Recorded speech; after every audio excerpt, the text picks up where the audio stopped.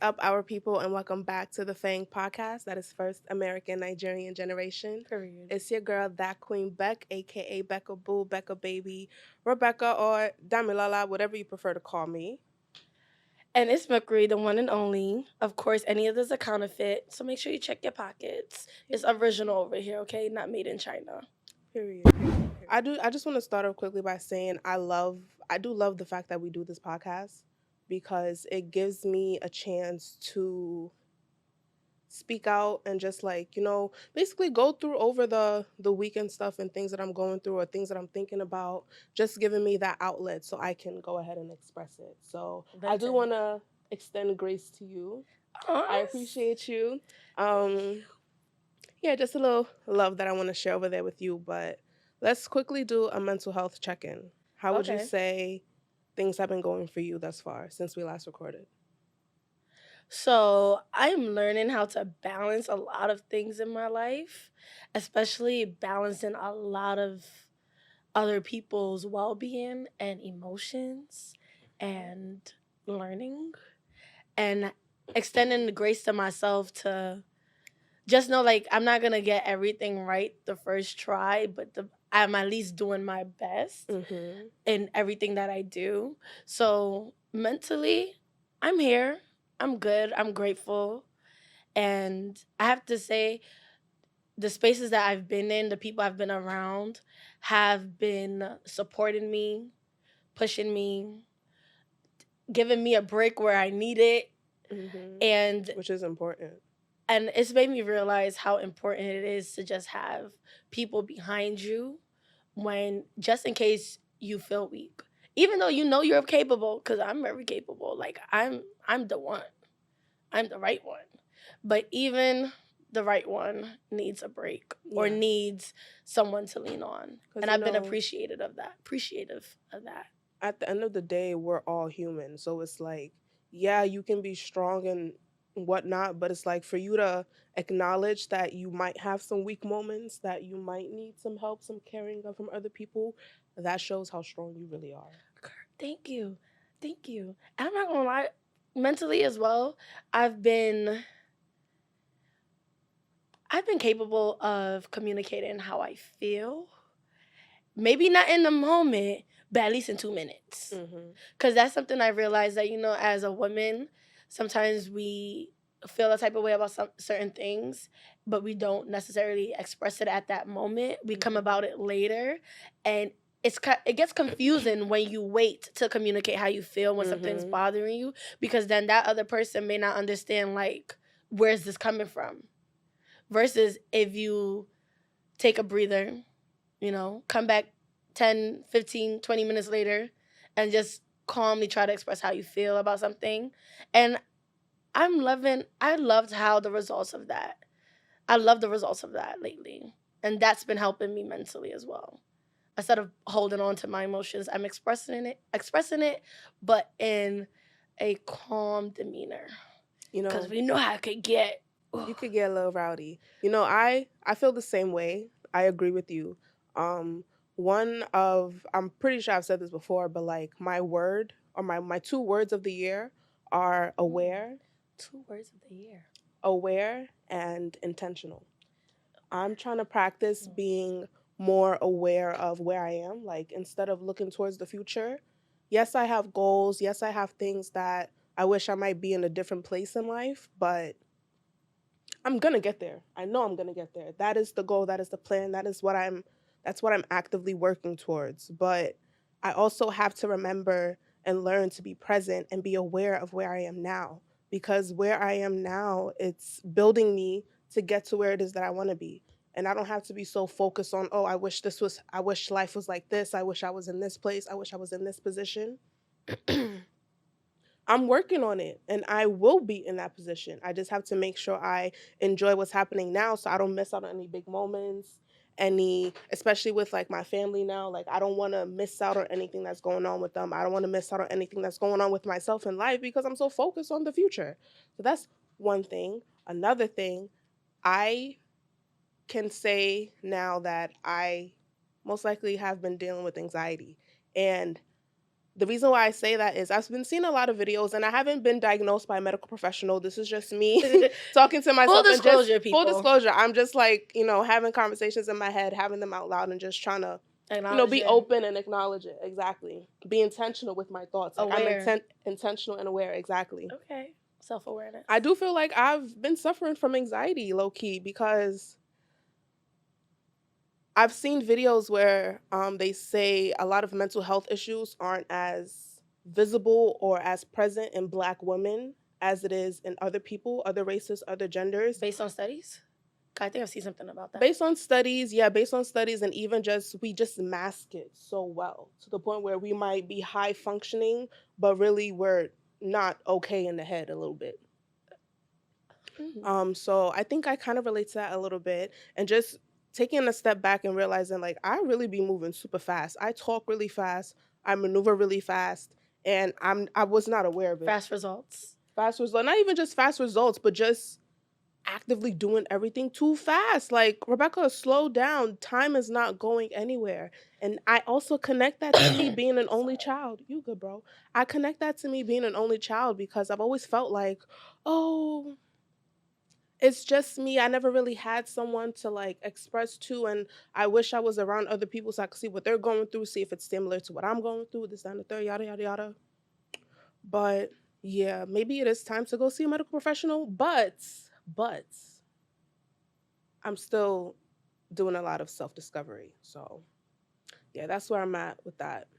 I'm all good though. I'm good. Like, I'm good. I'm happy. I'm blessed, energized, all of that stuff. It's just a matter of me just having that conversation with myself, listening to myself, and just reflecting back on some things.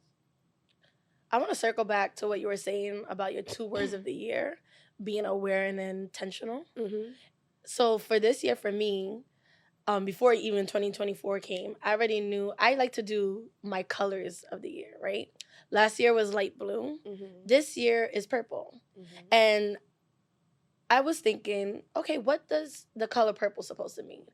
When I was thinking about the color purple, it so happens that the color purple, the movie, came out as well. So I watched the color purple, the movie, I read the book, and I said, let me do some research. What is the color purple supposed to mean, right? In the movie, the color purple, at least from what I've got, is having these array of emotions and acknowledging all of them.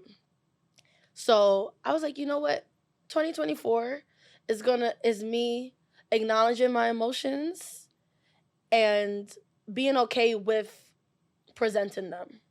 So if I'm sad, it's okay to show it on my face to be sad because that's what I'm feeling. I shouldn't mask it. Mm-hmm. Circling back to what you said. Mm-hmm. So, and since I started working in this new field, I have no choice but to handle multiple emotions, but not just my own, of others. Mm-hmm. So I'm like, wow, this year is really a year of emotional awareness and being able to express myself emotionally without it being delivered aggressively. You know, because I don't like that stereotype of the aggressive Black women. Yeah. And I don't think it's that I was necessarily ever aggressive. Okay, maybe I was aggressive. You weren't able to express yourself properly when you felt it in the right way, stuff like that. If I was just built up and it's like, blah. Right. So, and that's something I was learning because I want to extend grace to the younger generation because we do say a lot. We do say a lot about how they behave, but I have to remember and think, how are you behaving at that age? Mm-hmm. I'm like, you were probably a little bit worse. You didn't have too much technology that influenced your mind, mm-hmm. but how I presented my emotions. Basically, it's the same. It's no, I was worse because I did put my hands on people versus how they're expressing themselves now is a little bit different. Like, yes, people still are physically having altercations, but I feel like for me, from like my perspective, how I lived a life, mm-hmm. I was worse than what I'm seeing now. It's just that it's not the same thing still. But again, circling back to emotions, awareness, and intentions, that's what it is for me.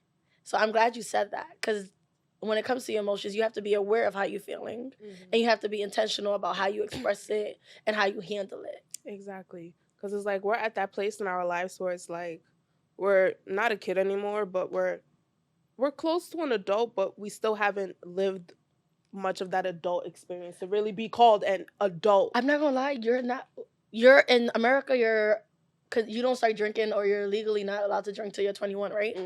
So in my head, this is how I process it. If I'm technically not an adult till I'm like 18, 21, then you haven't lived a full life as an adult until you're about 42. Because as of now, I've been a child longer than I've been an adult at the age that I am. And it's very hard to break habits that you have been consistently doing over and over and over for like 18 to 21 years. So I think it's fair to say, like, people, they be like, oh, you're old. No, don't call me old till I get to 42, because then I've been an adult for as long as I've been a child. And I think that's where we also need to extend ourselves grace. But also circling back to people saying, like, you don't really reach certain milestones in your life until in your 30s, 40s. And it makes sense, because technically you're still a child at 20 to 30. Bro, in your 20s, we're still basically children. Yeah. We're just children with a little bit more freedom. And we're learning how to grasp that freedom and how to properly manage it instead of being cuckoo la cuckoo all the time. Right. So since we're on this talk of, awareness, intentions, emotions, I want to just transition us into Kai Cenat going to Nigeria. What? Because, bro, let me tell you something. When I was watching his stream, was I really watching his stream? Well, I watched it via YouTube. Girl, I was like, how did he handle all these people in his face? I had to give it to him. It's a lot. It was a lot of people in your face. It was a lot. And, I didn't even know he was in Nigeria until I got to Instagram and I saw his friend or his partner, whoever he is to him, Faham. Phantom. Well, that's his new name, Faham Phantom. That's you. So I saw him on Instagram and he was like at a hotel, I believe, and he was trying out all the different Nigerian foods. And I was like, oh my gosh, you're in Nigeria. Okay, welcome home. Like, enjoy the foods, have a good time. But you were right. I also saw a video of how all the kids and all the people were in his face. They were all dancing with him, this, that, and the third. And it's nice. It's nice to see that someone from America wants to come and have a lived experience in our culture in Nigeria. I love it. But it was a lot of people in his face. It was a lot. Even when I go back home, the kids be my family, like, whoa. Back up. Up. I give it, the one thing I really give to him is the fact that he literally can handle himself in that space. Because emotionally, a lot of us would have been breaking down. Like, whoa. Whoa, like, back up. But he keeps a positive attitude throughout all his interactions. And I shout out to you. And it's great to see he's the same person he is on his streams. I don't want to say he's portraying a character, but like the person he brings up on camera in his streams and all like the TikTok videos I've seen is literally him in person when he was in Nigeria. Like, he's the same person. Goofy, he's gonna dance with the kids, he's gonna do what he can to make everyone have a good time and enjoy the time with him while he's there. Right. And I'm Kai Cenat, he really is a huge influence probably in the Black community. He's young, he's high-spirited, and he doesn't limit himself to what the world has to offer. He's not like, oh, I was born and raised in America, so like it's everything American. No, he wants to see the world, and through his eyes, other people are seeing the world through him. And I think it takes a certain person or a certain spirit to be able to have multiple interactions with different people. Because one thing I was really impressed by was wherever he goes, people feel like they know him. He evokes emotions out of these people. And I'm not gonna lie, not everybody could do what he does. Now, let's be for real. Is the internet really all that bad? Because he's able to establish all of these connections, exude all of these emotions through millions of people, through his streams. And for him to go overseas and to still exude that kind of enthusiasm, excitement, that relationship, that bond with people in person, the same way he does on his streams, big ups to you, because it's really hard for people to have that kind of genuine connection, because on social media, oh, it's fake, this, that, and the third. But for him to be the same person as he portrays himself online as who he is in person, yeah, I really fucks with Kai Cenat. I've always liked him. Thought he was funny. He's a really good guy. I remember one time he brought over, I don't know his name, but he brought over some guy from overseas, and they were like making content together. He was staying at his house, really showed big hospitality. So for that, plus he's Jamaican too. So we definitely fuck with you. Big ups to Jamaica. What is it called? Wait, Jamaican or Trini? One of the two. I think it's Jamaican. Caribbean, whatever. We fuck with you. I'm crying. So, one thing, I want to shout out Kai for going to Nigeria and also deciding to not just visit, try the food. He actually went and he was on the donated. Mainland. He was on the mainland. Yeah, I'm not gonna lie. He was at the mainland. He was on the mainland.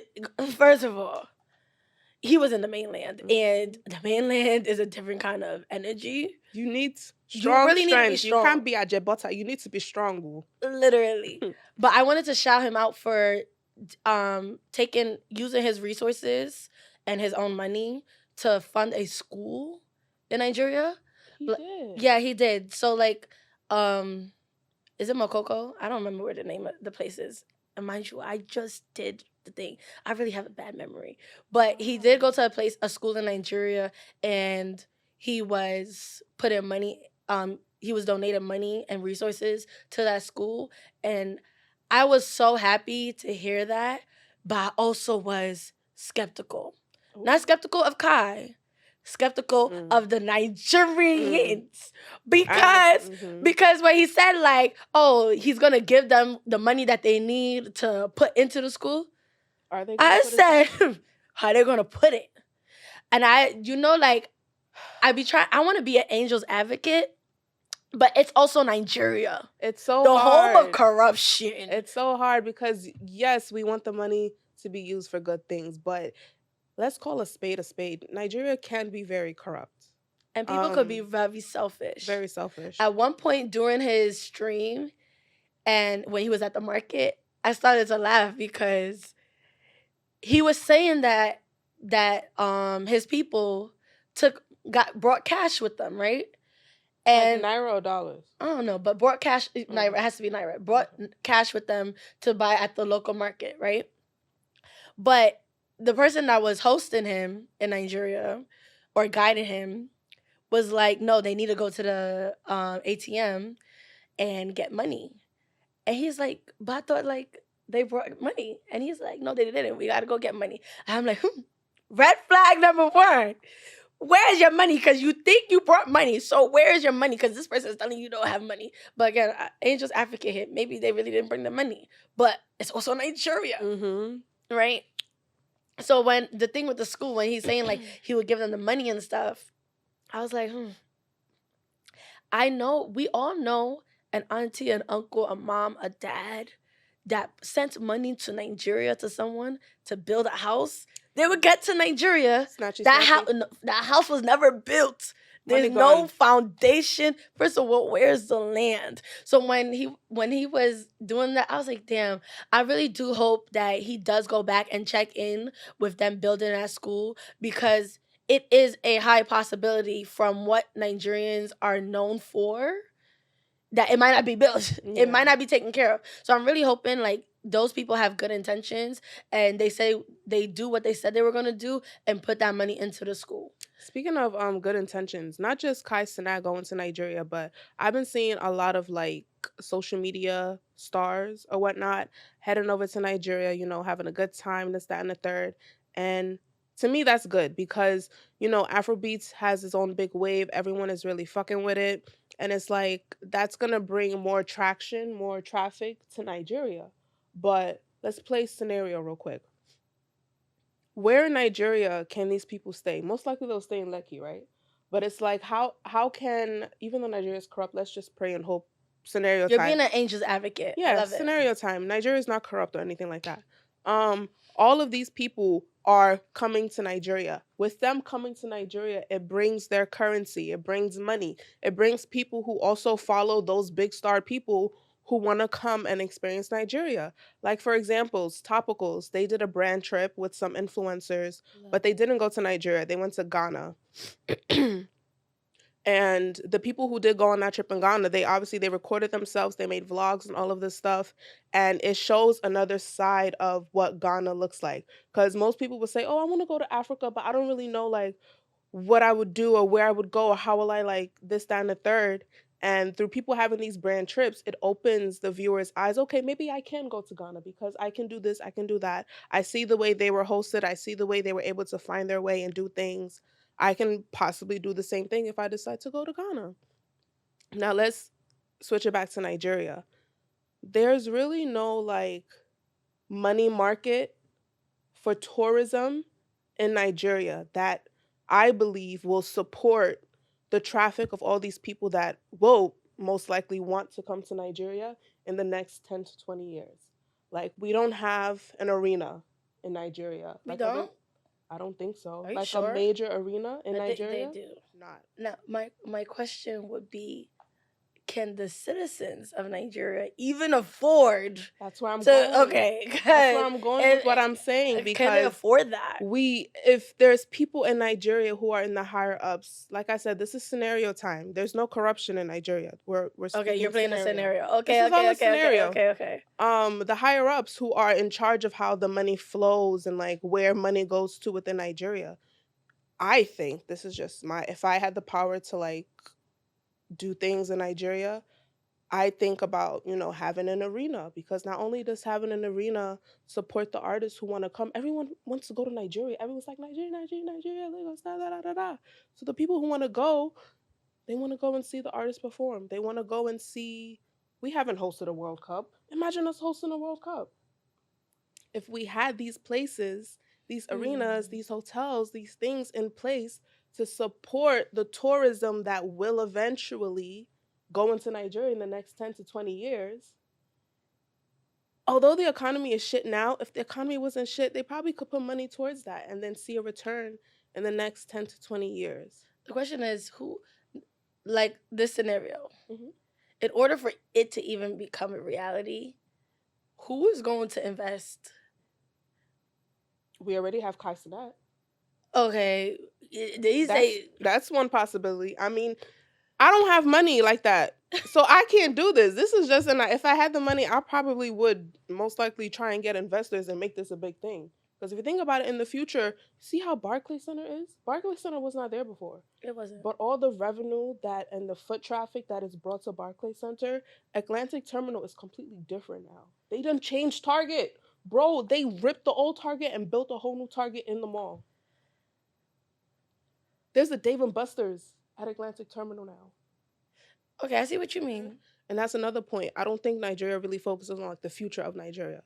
Like, our children, when they become adults, how are they going to like maneuver in Nigeria, in the land and stuff like that? I feel like that's because for Nigerians to solve their issues is to leave Nigeria. You can't solve your issues necessarily being in Nigeria. You had to leave Nigeria, because that is why there's this need to come to America, go to London. Think about it. Nigerians that want success, they don't all send their children to school. They don't put it back in Nigeria. They which don't. Is sad. But then again, it's just the same thing with Kai Cenat investing into a school. If they invest, is it actually going to get done? Because I'm not going to lie, with your scenario, if a sports arena or an arena was to come into play in Nigeria, that's also jobs. Or like you said, a major one. That's also jobs. Because Nigerians don't have a lot of jobs. There's not a lot of jobs that they can get. But they also don't have access to a lot of education. Because it's not like America where they get free education. They have to pay for education. Let's stop saying that. There's no free education in America. Let's stop that. Okay, we do pay for it through taxes. We pay for it. but it's different in Nigeria because they're taking it out of our tax. We're paying it through our taxes, But like, do Nigerians even file taxes like that? Like, let's be for real. The money is I don't know. there's no money being taken from the citizens in order to invest it back into the If there's country. a higher up, if there's a group of higher up Then in that's what- Nigeria that, you know, somewhat has some sort of footing with the economy and how things could go for the citizens in the future of Nigeria, I'm trying to and talk you to the just so president. happen to be watching this episode, think about my scenario. I think that scenario would work, and if I had the money, I would put it into play. But you I have to don't. be careful. You also just be really, if they do, if it's something that can't happen, we wishing for it. I just hope that we're very mindful from whose money we're borrowing from, because hey, money is people taking money from the wrong person. You could be taking the wickedness with them. You got it, because that's where corruption come from. Money, like, people are greedy. Because say someone do say they want to invest, now how much do they want back from this investment? It's so hard because you want to see good in everything that people do, but people are also very selfish. You would think money in Nigeria would just go so well together. Like, they both start with letters that are next to each other in the alphabet. You would think they will go hand in hand. They just Not MNOP. Yo, you're silly. Nah, but even now, let's think about the value of the naira. It's completely trash.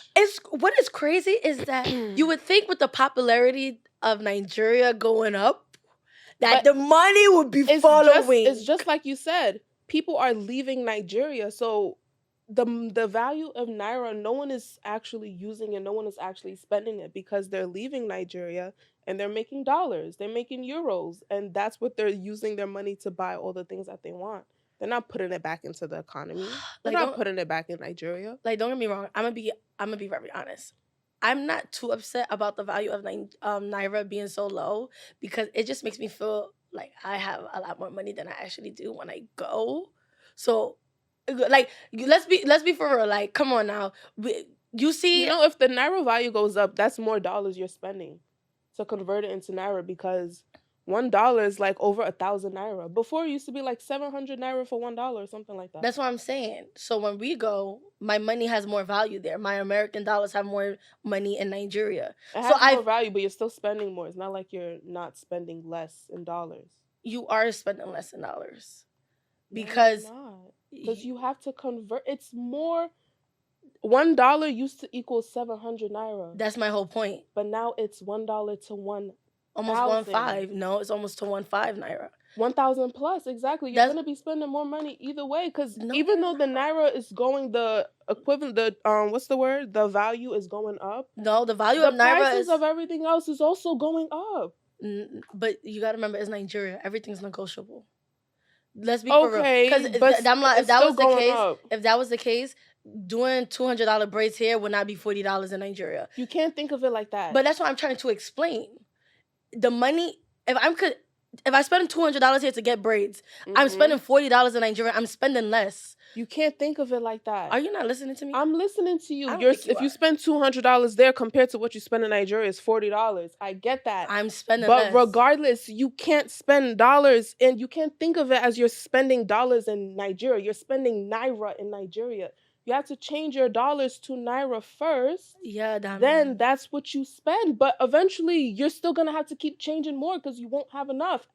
Even though the value of naira to dollar is going up, the price for everything else is going up. It's not $40 braids. It's probably $70, $80 braids. No, girl. No. It's Nigeria. Everything is okay. It doesn't matter. Money is raising. Inflation is everywhere. If the value of naira is going up, the price of everything else in naira is also going up. No, Dami. The value of naira is going down compared to the American dollar. Either way, let me just continue my thought, because no, you're not understanding, and that's fine, because I know what I'm trying to say, and I know what I'm trying to say. You're taking it to a different direction than what I'm going. Either way, saying the same thing. No, we're not. Either way, what I was trying to say, as you took a left as I was trying to go straight, is that where I'm at financially in America, I would have more, or I would feel like I have more if if I'm taking money here and living in Nigeria. So You know what? I can't even finish my thought because you didn't allow me to finish my thought, and I don't remember where I was trying to go with it. So that's fine. Okay, so back to regularly programmed schedule. In order for us to close out this episode, we just want to briefly touch on the solar eclipse because I've been hearing that the solar eclipse it's going to happen throughout the month of May. Not only that, sorry, the month of April. Not only that, it apparently affects us.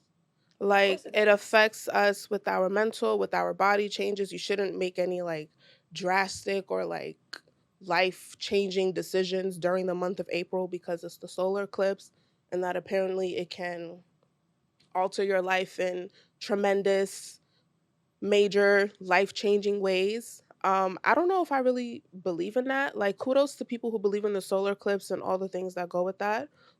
Definitely not taken away from that. Do you, boo? Um, I think no matter what we do, no matter what changes we make, like we're all going to be affected by it. Whether it's a major change we're making in life, whether it's a minor change, whatever changes I make tomorrow can affect me in 5 years. Whatever changes I make today can affect me tomorrow. Like it's not the solar eclipse. That's just my personal opinion. What do you think about the solar eclipse? I disagree with you. Educate me, because like I said, I don't know. Because I don't know. We're human, right? And we are connected to the earth, right? Okay. We are returned to the earth, and everything that happens to the earth, our world, affects us. The moon, the sun, we see it all the time. Every summer, every time summer come around, people behavior change. People get a little bit more violent. We've seen it. The moon affects us. It affects our mood. So the solar eclipse is going to affect people, whether or not they choose to make major decisions in their life. Because every day we're making 1,000 decisions. So even if you are trying to prevent crazy life-changing transformations, it's going to happen. And I think that's a good thing because it's supposed solar eclipse is supposed to be transformations. It's supposed to be renewal. And I think some of us need a rebirth, or yeah, we do need a rebirth. And that will allow us to accomplish certain things. I think we could see the solar eclipse as, hey, something's gonna major is gonna happen in our life, and it may be everything that we've been asking for. But the only way to really be ready for what we're asking for is to prepare ourselves and to have discipline. So yes, I think the solar eclipse is going to affect us, and I think it's going to affect us in a great way. I pray so, because that's just what the solar eclipse is. The solar eclipse is this thing that does not happen all the time. Do you think all right, so like I said, I don't know nothing about the solar eclipse. So the solar eclipse is happening around springtime when the weather starts to change and stuff like that. Specifically April 8th, I think that's when it is. April, that's what I said, right? No, I'm being more specific. April 8th. Okay. But it takes place the majority of the month, right? Or is it just one day? How does it? Like one day. One day? Okay.